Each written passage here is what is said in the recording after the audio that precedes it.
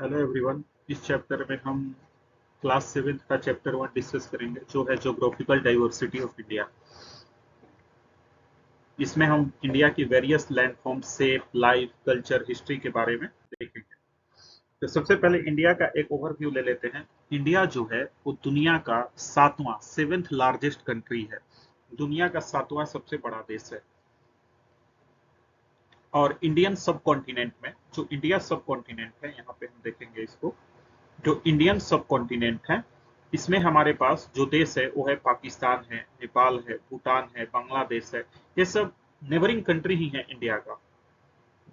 इसके बाद हम देखते हैं, सबसे बात करते हैं फिजिकल बाउंड्रीज के बारे में। तो नॉर्थ में आता है हिमालय। हिमालय को वाटर टावर ऑफ एशिया भी कहा जाता है। एशिया का वाटर टावर। वाटर टावर कहने का पर्पस यहाँ पे ये है कि वेरियस नदी, वहां की जो ग्लेशियर पिघलती है उनसे निकलती है वेरियस नदी। ग्लेशियर क्या होता है? पहाड़ के ऊपर जमे हुए बर्फ, जो कि समय के साथ जैसे गंगा हुआ, यमुना हुआ, ये सारी नदियां क्या है? ये हिमालय से निकलने वाली नदियां हैं। और इंडस हुआ, ब्रह्मपुत्रा हुआ। और साथ में इंडिया को ये एक नेचुरल बैरियर, नॉर्थ साइड से भारत के उत्तर में एक नेचुरल बैरियर का काम करता है। उत्तर की ओर से आने वाली ठंडी हवाओं को भी हिमालय रोककर भारत के उत्तरी क्षेत्र को काफी ठंड से बचाता है। नेक्स्ट है, हिमालय को 3 रेंजेज में बांटा गया है। ऑलरेडी डिस्कस हो गया है इसके बारे में। हिमाद्री, हिमाचल, शिवालिक। ग्रेट हिमाद्री को ग्रेट हिमालय भी कहा जाता है। इसमें हिमालय की सबसे बड़ी बड़ी ऊंची ऊंची चोटियां हैं हिमाद्री में। जैसे माउंट एवरेस्ट हुआ, ये हिमाद्री में ही लोकेटेड है। इसे ग्रेटर हिमालय के भी नाम से जाना जाता है। यहाँ पे ये देख सकते हैं, ग्रेटर हिमालय के भी नाम से जाना जाता है। और ये सालों भर बर्फ से ढका हुआ रहता है, स्नो कवर्ड रहता है, सालों भर स्नो कवर्ड रहता है। और चूंकि यहाँ बर्फ बहुत अधिक है, आइस अधिक है, इसीलिए यहाँ पे टफ लाइफ होती है। यहाँ पे लोगों का जीवन यापन संभव नहीं हो पाता है। सेकेंड रेंज है हिमाचल। हिमाचल को लोअर हिमालय के नाम से जानते हैं। यहाँ की क्लाइमेट मॉडरेट होती है और यहाँ रिच बायोडाइवर्सिटी होती है। यानी कि यहाँ पे काफी जीव जंतु जो बर्फ में पाए जाते हैं वो पाए जाते हैं। और यहाँ पे हिल स्टेशन है, शिमला है, मसूरी है। और लास्ट है आउटर लेयर शिवालिक। ये काफी डेंस फॉरेस्ट है, यहाँ पे काफी ज्यादा जंगल है, वाइल्ड लाइफ है, जंगली जानवर वगैरह मिलते हैं। और क्योंकि शिवालिक के बाद ही ये प्लेन शुरू हो जाते हैं, नॉर्दर्न प्लेन जो गंगेटिक प्लेन के नाम से जाना जाता है, वो शिवालिक के बाद ही शुरू हो जाता है। इसके बाद एक अभी डिस्कस करेंगे हम लोग नॉर्दर्न प्लेन के बारे में, लेकिन उसके पहले एक भारत में कोल्ड डेजर्ट है उसके बारे में जान लेते हैं। इसे मूनलैंड ऑफ इंडिया भी कहते हैं। और ये चूंकि लद्दाख में है, लद्दाख जो है हाई एल्टीट्यूड पे कोल्ड डेजर्ट है। यहाँ विंटर में टेम्परेचर 30 डिग्री सेल्सियस होता है, -30 डिग्री सेल्सियस होता है। -30 डिग्री सेल्सियस यहाँ पे विंटर में टेम्परेचर होता है। मूनलैंड क्यों कहते हैं? क्योंकि जब बर्फ जम जाता है तो रात में चंद्रमा की रोशनी में ये काफी चमकता है, व्हाइट कलर का। इसीलिए इसे मूनलैंड ऑफ इंडिया कहते हैं।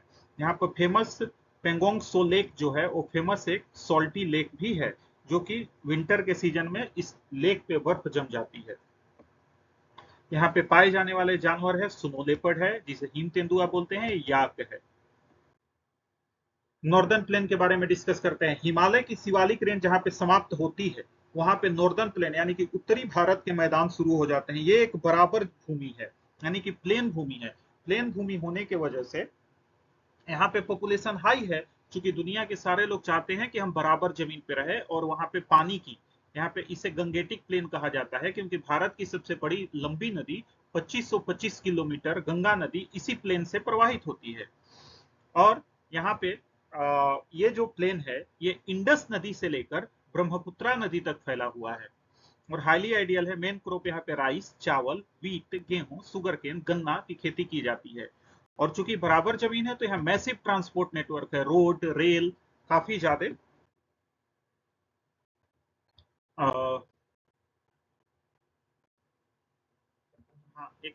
एक आपके इंडिया का यहाँ ओवरव्यू देख लेते हैं। ये हम मैप में यहाँ पे देख रहे हैं, ये हिमालय, ये जो आप देख रहे हो एरिया जो ग्रीन और हला रेड से है, ये पूरे हिमालय का विस्तार है।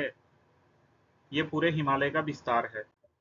नेक्स्ट क्वेश्चन में जानते हैं हिमालय बना कैसे। तो ये भी हम बता चुके हैं कि हिमालय जो है तिब्बतन प्लेट्यू से टक्कर हुआ और तेथिस सागर के जगह पे उनके अवसादों से हिमालय का निर्माण हुआ। यहाँ पे हम देख रहे हैं इंडियन प्लेट यूरेशियन प्लेट के साथ टकरा रहा है धीरे धीरे यहाँ से। इंडियन प्लेट ऊपर की ओर जा रहा है और यूरेशियन प्लेट से टकरा रहा है और यहीं पे फिर हिमालय की फॉर्मेशन होती है। ये वाला एरिया पे हिमालय की फॉर्मेशन होती है जहां पे टक्कर होती है। हिमालय पे कुछ जो घर बने हुए हैं स्लोपी टाइप के, इनके आप छत देख रहे होंगे कि स्लोपी ढलान टाइप पे इस प्रकार के छत है इन पे। इसका मतलब यह है कि बर्फबारी जब होती है, बर्फ गिरता है, तो ये फिसलकर बर्फ नीचे आ जाता है। इस प्रकार के घर हिमालय पे बनाए जाते हैं और चूंकि लकड़ी के घर ज्यादा है क्योंकि हाईली भूकंपीय जोन में है, यहाँ भूकंप बहुत अधिक आते हैं, इस वजह से यहाँ लकड़ी के घर बने हुए हैं। एक बहुत फेमस त्योहार मनाया जाता है हिमालयन रेंज में, ये सिक्किम में मनाए जाने वाला लोसार फेस्टिवल है। इस त्योहार की मुख्य विशेषता ये होती है कि मुखौटा धारण करके लोग नृत्य करते हैं। मुख्यतः ये बौद्ध धर्म के लोग ज्यादातर ये मनाते हैं। इसके बाद एक हिमालय में ही ग्रेट हिमालयन नेशनल पार्क बसा हुआ है हिमाचल प्रदेश में। नेबरिंग कंट्री ऑफ इंडिया की बात करते हैं तो मुख्य रूप से भारत की जो बाउंड्री है वो 7 देशों से टच होती है। बांग्लादेश से सबसे लंबी बाउंड्री हमारी बांग्लादेश से ही टच होती है। उसके बाद चाइना, पाकिस्तान, नेपाल, म्यांमार, भूटान, अफगानिस्तान और सबसे छोटा बाउंड्री हमारे अफगानिस्तान के साथ टच होता है। ये हमारे नेबरिंग कंट्री है और उनके आप फ्लैग भी, झंडे भी देख सकते हो। ये हिमालयन का रेंज है, हिमालय किस प्रकार से फैला हुआ है यही दिखाया गया है। इस पे जो रेड रेड लाइन है वो हिमालय है। मुख्यतः हिमालय की 3 श्रेणियां है, पहले ही डिस्कस हो चुका है, हिमाद्री है, हिमाचल है और नीचे में लास्ट में शिवालिक है। यहाँ देखते हैं ये जो ग्रीन कलर का आप एरिया देख रहे हो, यहां से लेकर पूरे ये वाला आप चले जाओ असम तक में, यही है नॉर्दर्न प्लेन। असम में ब्रह्मपुत्रा नदी के द्वारा ये फील्ड बना हुआ है खेती करने लायक, इधर इंडस नदी के क्षेत्र में है और बीच में गंगा नदी के क्षेत्र में है। और ठीक इसके नीचे ये जो आप येलो कलर का देख रहे हो, ये वाला रीजन, ये पेनिनसुलर प्लेट्यू है। ये पूरी भाग हमारी पेनिनसुलर प्लेट्यू है, इसे दक्कन प्लेट्यू के नाम से ही जाने जाते हैं। हाँ, एक आपकी टॉपिक थी Rakesh Sharma, India first astronaut जो स्पेस में गए हुए थे 1984 में, राकेश शर्मा गए हुए थे स्पेस में।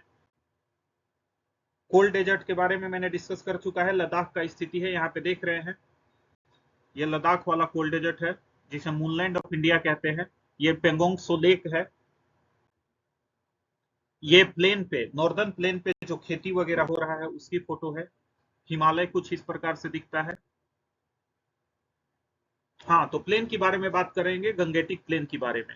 ये मुख्य रूप से इंडस नदी, यानी कि हिंदी में बोले तो सिंधु नदी, ब्रह्मपुत्रा नदी और गंगा नदी से मिलकर बना हुआ है। हाईली फर्टाइल लैंड है क्योंकि सालों भर यहाँ पानी मिलता है और ये एग्रीकल्चर के लिए भारत में सबसे अधिक, और यहाँ पे कुछ सॉइल जो है वो काफी फर्टाइल है और दुनिया की, इंडिया की सबसे अधिक पॉपुलेशन यहाँ पे रहती है।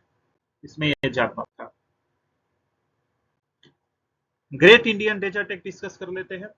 भारत में एक गर्म डेजर्ट है थार डेजर्ट, जो मुख्य रूप से भारत के राजस्थान राज्य में विस्तृत है। यहाँ पे इसको देखते हैं ये, और चूंकि डेजर्ट होने से वाटर स्कैरसिटी है तो पानी के लिए यहाँ के लोगों को गर्मी के दिनों में काफी दूर दूर तक यात्रा करनी पड़ती है। औरतें कुछ इस प्रकार से पानी लाती हैं।